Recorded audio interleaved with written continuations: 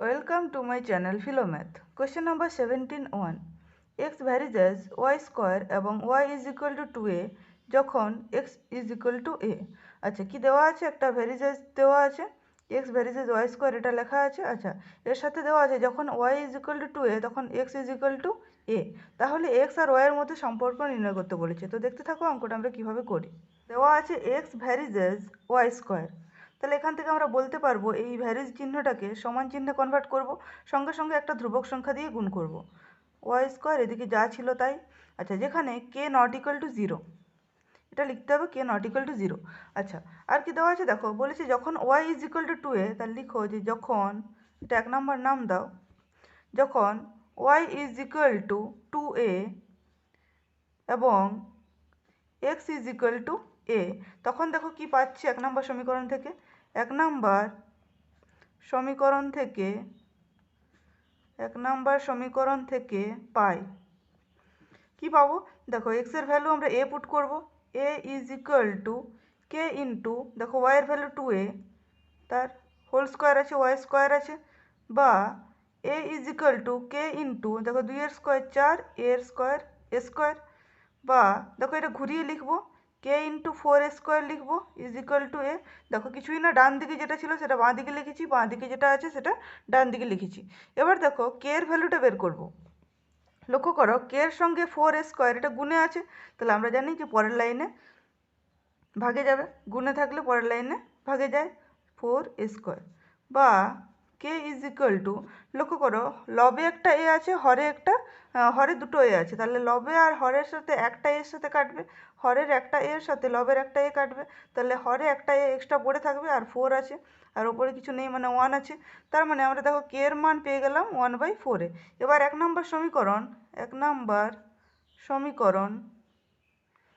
সমীকরণে কি লিখবো দেখো, 1 নম্বর সমীকরণে কে এর মানটা পুট করব, 1/4-এ বসিয়ে পাই। 1 নম্বর সমীকরণে দেখো এক্স ইজ ইকুয়াল টু কী আছে, X is equal to K Y square, তাহলে X is equal to K into, আচ্ছা কে এর ভ্যালুটা পুট করবো একেবারে, X is equal to K মানে হচ্ছে 1/4-এ আর ওয়াই স্কোয়ার। বা দেখো আমরা বজ্র গুণন করবো, লক্ষ্য করো এই 4 এটা হরে আছে, দেখো কোনাকুনি গুণ করব, তার মানে ওয়াই স্কোয়ারের সঙ্গে 1 গুণ হবে, এটা লবে আছে, আর হরে দেখো 4-এ আছে, 4a ইন্টু এক্স, এখানে কিছু নেই মানে 1 আছে। লক্ষ্য করো এই ওয়ান আর ওয়াই স্কোয়ার গুণ করলে কত পাবো, y square is equal to এই 4a আর এই এক্স গুণ করলে 4a এক্স। কোশ্চেনে চেয়েছি এক্স আর ওয়াই এর সম্পর্ক, তাহলে এখান থেকে আমরা বলতে পারবো যে এক্স ও ওয়াই এর সম্পর্কটি হলো কি, সম্পর্কটি কেমন, y square is equal to 4ax, and this is the answer. Question number 2, x varies Y, Y varies z এবং জেড ভ্যারিজেস এক্স হলে অশূন্য ভেদ ধ্রুবক তিনটির গুণফল নির্ণয় করো। দেখো এক্স ভ্যারিজেস ওয়াই দেওয়া আছে, ওয়াই ভ্যারিজেস জেড আর জেড ভ্যারিজেস এক্স। তো দেখো X varies Y, Y varies Z, আর কি দেওয়া আছে জেড ভ্যারিজেস এক্স। তাহলে এখান থেকে আমরা বলতে পারবো x is equal to K into y, দেখো ভ্যারিজেস চিহ্ন উঠিয়ে দিয়ে দেখো সমান চিহ্নে কনভার্ট করেছি, তাহলে সঙ্গে সঙ্গে কে একটা দিয়ে একটা ধ্রুবক সংখ্যা দিয়ে গুণ হবে।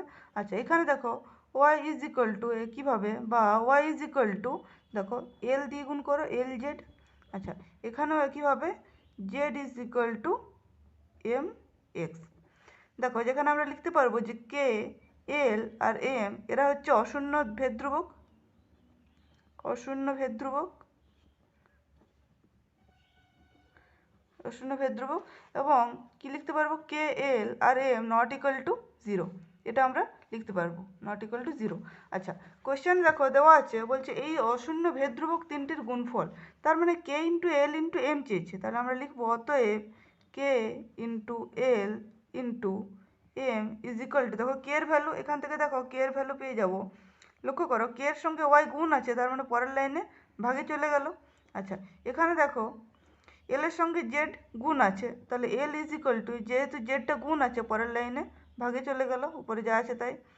বা যে আচ্ছা এম ইজ ইকুয়াল টু, দেখো এম এর সঙ্গে এক্সটা গুণ আছে, তাহলে পরের লাইনে ভাগে চলে গেল, উপরে যা আছে। আচ্ছা দেখো কে এর মান পেয়ে গেছি এক্স বাই ওয়াই, এল এর মান পেয়ে গেছি ওয়াই বাই জেড, এবং এম এর মান হচ্ছে জেড বাই এক্স। তার মানগুলো পুট করি, x by y into y by z into z by x. দেখো এই এক্স কাটবে, এই ওয়াই কাটবে, এই জেড কাটবে, তাহলে পেয়ে যাচ্ছি মান হচ্ছে 1, কিছু নেই মানে। দেখো উপরে লবে 1 আছে। আচ্ছা তাহলে গুণফল কত হচ্ছে 1, এটাই চেয়েছে আমাদের, গুণফল 1।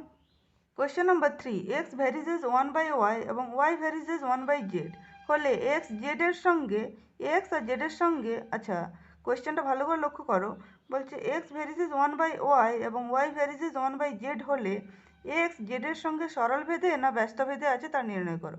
অর্থাৎ এক্স আর জেডের মধ্যে সম্পর্কটা নির্ণয় করতে বলেছে। তো দেখো দেওয়া আছে x varies 1 by y, x varies 1 by y, এখান থেকে আমরা লিখতে পারবো, আচ্ছা আরেকটা লেখো কি দেওয়া আছে, ওয়াই ভ্যারিজেস 1 বাই জেড, এই দুটো দেওয়া আছে। বা দেখো এই ভ্যারিজেস চিহ্নটাকে সমান চিহ্নে কনভার্ট করলে সঙ্গে সঙ্গে একটা ধ্রুবক দিয়ে গুণ হবে, কে বাই ওয়াই। আচ্ছা x is equal to k by y, এটা পেয়ে যাবো। লক্ষ্য করো ওয়াই ইজ ইকুয়াল টু, এটার সঙ্গে সঙ্গে একটা ধ্রুবক দিয়ে গুণ হবে এল বাই জেড, যেখানে কে আর এল নট ইকুয়াল টু 0, এটা লিখতে হবে। আচ্ছা তোমরা লিখে নিও যে কে আর এল হলো অশূন্য ভেদ ধ্রুবক। আচ্ছা এখান থেকে দেখো, দেখো ওয়াইয়ের ভ্যালু আমরা পেয়ে গেছি এল বাই জেড, এটাই আমরা এই ওয়াইয়ের মানটা পুট করবো এখানে। লেখো যে কে ডিভাইডেড বাই ওয়াই মানে কত, এল বাই জেড। তাহলে এক্স ইজ ইকুয়াল টু পেয়ে গেলাম K divided by L by Z, বা এক্স ইজ ইকুয়াল টু, দেখো কে ছিল লবে, আর এল বাই জেডটাকে উল্টে দিলে দেখো এখানে গুণ চিহ্ন হয়ে গেলে উল্টে যাবে সংখ্যাটা, জেড বাই এল হয়ে যাবে। বা এক্স ইজ ইকুয়াল টু, দেখো কে বাই এল, এই ধ্রুবক সংখ্যা আর এটাও ধ্রুবক সংখ্যা, কে বাই এল রেখেছি একদিকে আর জেডটাকে আলাদা করে লিখেছি। বা লক্ষ্য করো এটা কিন্তু একটা ধ্রুবক সংখ্যা, তাহলে এই ধ্রুবক সংখ্যাটাকে উঠিয়ে দিলে দেখো এই সমান চিহ্নটা ভ্যারিজেস চিহ্নে কনভার্ট হয়ে যাবে। আমরা দেখো একটু আগেই করলাম ভ্যারিজেস চিহ্নটাকে ওঠাতে গেলে একটা ধ্রুবক দিয়ে গুণ করতে হচ্ছে, তাহলে লক্ষ্য করো এখানে যদি ধ্রুবক সংখ্যাটাকে উঠিয়ে দিই তাহলে এই চিহ্নটা সমান চিহ্নটা ভ্যারিজেস চিহ্নে পরিণত হবে, উল্টোটা। তাহলে এক্স ভ্যারিজেস জেড, দেখো এটা আমরা বলতে পারবো এটা দেখে যে এক্স ভ্যারিজেস জেড মানে, দেখো এইভাবে যদি থাকে ইকুয়েশনটা স্ট্রাকচারটা যদি এরকম দেখতে হয় তাহলে আমরা অবশ্যই বলতে পারবো এক্স জেডের সঙ্গে সরল ভেদে আছে। ব্যস্ত ভেদে কেমন হয়, এক্স ভ্যারিজেস 1 বাই জেড হতো, এরকম দেখতে হতো এক্স ভ্যারিজেস 1 বাই জেড হতো, এরকম দেখতে হতো, তাহলে ব্যস্ত ভেদে বলতাম। কিন্তু দেখো কি আছে, এক্স ভ্যারিজেস জেড আছে, তাহলে অতএব বলতে পারবো এক্স জেডের সঙ্গে, এক্স জেডের সঙ্গে সরল ভেদে আছে, এক্স জেডের সঙ্গে সরল ভেদে আছে, and this is the answer. Number 4 লক্ষ্য করো, এক্স ভ্যারিজেস ওয়াই জেড এবং ওয়াই ভ্যারিজেস জেড এক্স হলে দেখায় যে জেড একটি অশূন্য ধ্রুবক।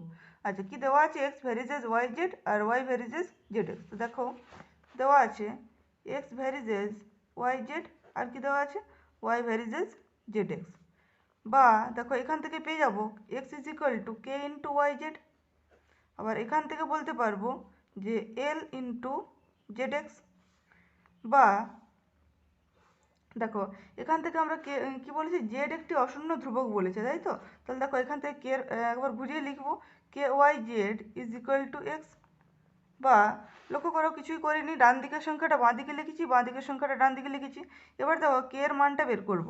লক্ষ্য করো কে এর সঙ্গে ওয়াই জেড কিসে আছে, গুণে আছে, তাহলে পরের লাইনে অবশ্যই ভাগে যাবে। আচ্ছা এখান থেকে এল এর মানটা বের করব, দেখো ঘুরিয়ে লিখবো একবার, L into Z X is equal to Y, কিছুই করিনি, দেখো ডান দিকের সংখ্যাটা বাঁ দিকে লিখেছি এবং বাঁ দিকের সংখ্যাটা ডান দিকে লিখেছি। এবার এল এর ভ্যালু দেখো, এল এর সঙ্গে জেড এক্সটা কিসে আছে, গুণে আছে, তাহলে পরের লাইনে অবশ্যই ভাগে যাবে, ওয়াই বাই জেড এক্স।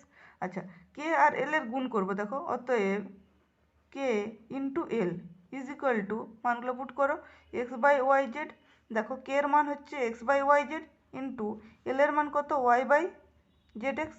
দেখো এই এক্স কাটবে, এই ওয়াই কাটবে, তাহলে পড়ে থাকছে বা K into L is equal to, পড়ে থাকছে 1 বাই জেড স্কোয়ার, দেখো এখানে একটা জেড এখানে একটা জেড স্কোয়ার। বা Z square is equal two, তো কোনাকুনি গুণ করো, জেড স্কোয়ার ইন্টু কে এল মানে Z square K L is equal two 1।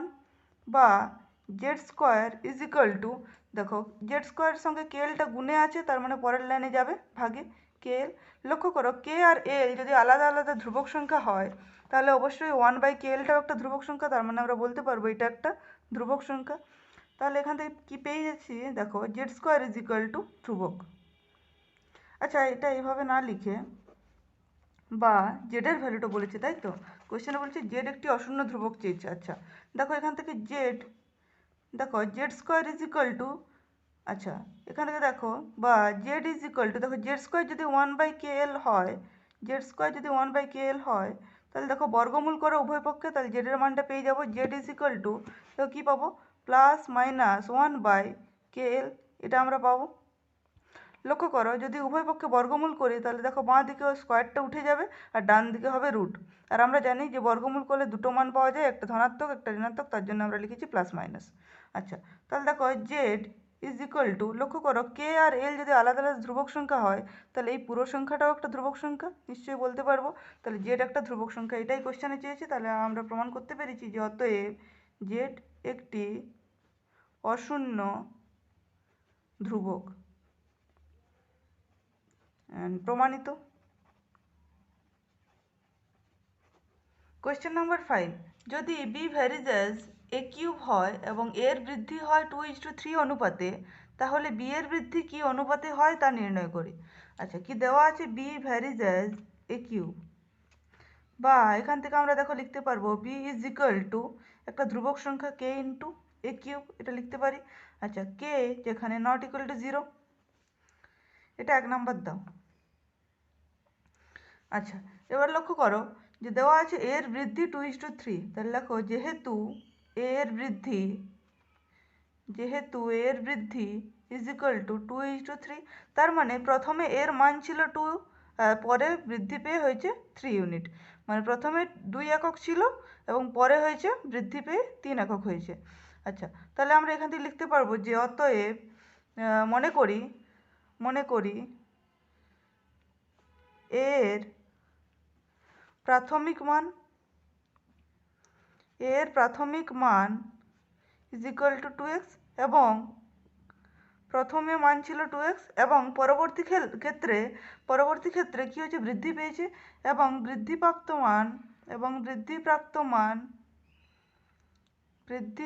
মান ইজ ইকুয়াল টু কত হয়েছে 3 ইউনিট, তার মানে আমরা লিখতে পারবো 3x। আচ্ছা এবার দেখো যখন এর মান 2x তখন কি হচ্ছে, তাহলে দেখো তখন বি এর মান কত হচ্ছে দেখবো, এবং যখন এর মান 3x তখন বি এর মান কত হচ্ছে সেটা দেখব। তাহলে দেখো যখন এ ইজ ইকুয়াল টু 2x, যখন এর মানটা 2x ধরছি তখন 1 নম্বর সমীকরণ থেকে বি ইজ ইকুয়াল টু, এখানে লেখো যে 1 নম্বর থেকে তোমরা লিখবে 1 নম্বর সমীকরণ থেকে বি ইজ ইকুয়াল টু, দেখো কত পাবো কে ইন্টু এ কিউব, মানে এ কত আছে 2x তার কিউব ইজ ইকুয়াল টু, আচ্ছা এখানে লেখো বা b is equal to K into 2 এর কিউব কত 2 দুগুণে 4, 4 দুগুণে 8, এক্স এর কিউব এক্স কিউব, তার মানে দেখো এখান থেকে পেয়ে যাচ্ছি 8k x cube, 8k x cube, b এর মান পেয়ে গেলাম 8k এক্স কিউব। আচ্ছা আবার যখন এ ইজ ইকুয়াল টু, দেখো এর মান বৃদ্ধি পেয়ে কত হচ্ছে 3x, তাহলে এ ইজ ইকুয়াল টু 3x যখন, তাহলে 1 নাম্বার সমীকরণ থেকে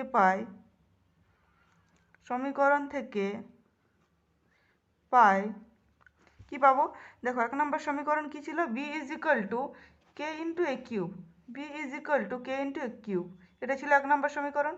তাহলে বি এর মান is equal to K into, লক্ষ্য করো এর জায়গায় 3x বসাবো, 3x তার হোল কিউব হবে, বা b is equal to K into, দেখো 3 এর কিউব মানে 3টে 3-এর গুণফল, তার 3 3 9, 9 3 27, ইন্টু এক্স এর কিউব মানে এক্স কিউব, বা বি ইজ ইকুয়াল টু, দেখো বি এর মান কত পাচ্ছি 27k এক্স কিউব, এটা পেয়ে গেলাম বি এর মান। আচ্ছা দেখো প্রথমবারে বি এর মান কত পেয়েছি 8k এক্স কিউব, এবং পরবর্তী ক্ষেত্রে বৃদ্ধি পেয়ে হয়েছে 27k এক্স কিউব, তার মানে লিখতে পারবো অতএব বি এর বি এর বৃদ্ধির অনুপাত। কোয়েশ্চেনে চেয়েছে অনুপাতটা, অনুপাত বের করব। অনুপাত ইজ ইকুয়াল টু, দেখো প্রথমে কত ছিল 8kx³ তাহলে দেখো 8kx³ ইজ টু পরবর্তী ক্ষেত্রে হয়েছে 27kx³ 27kx³ is equal to, is to মানে আমরা জানি যে ডিভিশন হয়, তাহলে 8kx³ is equal to divided by 27kx³। দেখো এই x³ কাটবে, লক্ষ্য করো x³ কাটবে, এই কে কাটবে, তাহলে পড়ে থাকছে 8/27। এটাকেই আমরা অনুপাত আকারে লিখতে পারবো 8:27 and this is the answer. আচ্ছা দেখো, তোমাদের সিলেবাসের অন্তর্গত 5টা চ্যাপ্টার আমি করিয়ে দিয়েছি এখনো অবধি। একচল বিশিষ্ট দ্বিঘাত সমীকরণ করিয়েছি, সরল সুদ কষা, বৃত্ত সম্পর্কিত উপপাদ্য, আয়ত ঘন এবং ভেদ। এই 5টা চ্যাপ্টার কিন্তু আমি করিয়ে দিয়েছি। এরপর কোন চ্যাপ্টারটা শুরু করব এটা কিন্তু তোমরা কমেন্ট বক্সে অবশ্যই জানিও, তোমাদের কোন চ্যাপ্টারটা অসুবিধা হচ্ছে বা সমস্যা হচ্ছে বুঝতে, তাহলে সেটা তোমরা কমেন্ট বক্সে অবশ্যই জানিও, আমি সেই চ্যাপ্টারটা করিয়ে দেবো। আজকে আমার ক্লাস এই পর্যন্তই।